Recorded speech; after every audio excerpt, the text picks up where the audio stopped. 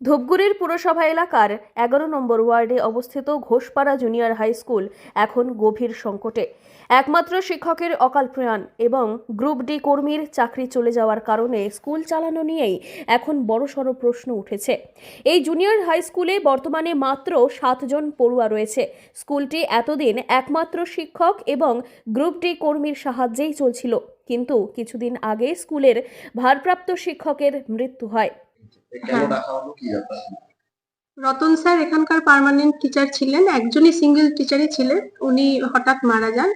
তো উনি মারা যাওয়ার জন্য যে অচলাবস্থাটা সাময়িকভাবে সাময়িক না যে অচলাবস্থাটা তৈরি হয় সেটা সামাল দেওয়ার জন্য আমাকে সাময়িকভাবে মৌখিকভাবে স্যার বলেছিলেন যে আপনি ম্যাডাম কিছুদিন থাকুন স্কুলটি, ওনারও পেনশন মানবিকতার জন্য আর কি, যেহেতু স্কুলে যাই হোক একটা চালু রাখার ব্যাপার থাকে। এবং আমার সাথে একজনই গ্রুপ ডি স্টাফ ছিলেন এবং আমি গতকাল স্কুলে এসে জানতে পারলাম যে উনি আর কি এই 2016 যে পুরো প্যানেলটা বাতিল হলো তার মধ্যে ওনারও নাম রয়েছে, উনিও চলে যান। এরপর শিক্ষা দফতরের তরফে সাময়িকভাবে একজন শিক্ষিকাকে দায়িত্ব দেওয়া হয় স্কুল পরিচালনার জন্য। কিন্তু বৃহস্পতিবার সুপ্রিম কোর্টের রায়ে চাকরি হারান গ্রুপ ডি কর্মী অমল মণ্ডল। ফলে বর্তমানে স্কুলের খাতায় কলমে কোনো স্থায়ী শিক্ষক কিংবা কর্মীই নেই। স্কুলের ভারপ্রাপ্ত শিক্ষিকার কথায় অস্থায়ীভাবে চাকরি পেয়েছি, কিন্তু এখনও পুরো স্কুল চালানোর দায়িত্ব একা বহন করা কঠিন হয়ে দাঁড়িয়েছে। স্থায়ী শিক্ষক না থাকায় পড়ুয়াদের ভবিষ্যৎও অনিশ্চিত। আমি অফিসিয়াল কাগজপত্র আমি নিজেই বুঝে উঠতে পারিনি। আমি একদম নতুন এসেছি, এতটা আমার কাছে নলেজ নেই। এই পরিস্থিতিতে স্কুল থাকে তাহলে ভবিষ্যতে বাচ্চাগুলোর ভবিষ্যৎ তো অন্ধকারে। হ্যাঁ, যদি কোনো শিক্ষকও নেই, পার্শ্ব শিক্ষকও নেই, কোনো নিশ্চয়ই সেটা তো আমরাও খুব চিন্তিত। দেখি উপরি মহল থেকে কি ভাবা হয়। গতকালের এই বিষয়টা কিভাবে দেখছেন একজন শিক্ষিকা হিসেবে, যে গতকালের যে রায় হয়েছে তারপরে অনেকে হতাশায় এটা আমাদের শিক্ষক কুলের জন্য একটা অন্ধকার দিন। আমরা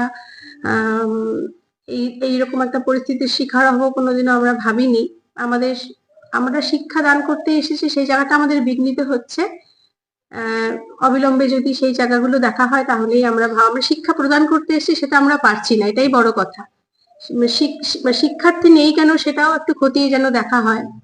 আগে আপনি কোন স্কুলে ছিলেন আর বর্তমানে কোন স্কুলে আছেন? আমি ওয়ার্ড নম্বর 9 এ উত্তর বোরাগুড়ি জুনিয়র গার্লসে ছিলাম। ওখানেই আছি, আমার মাদার স্কুলই ওটা। আর এখন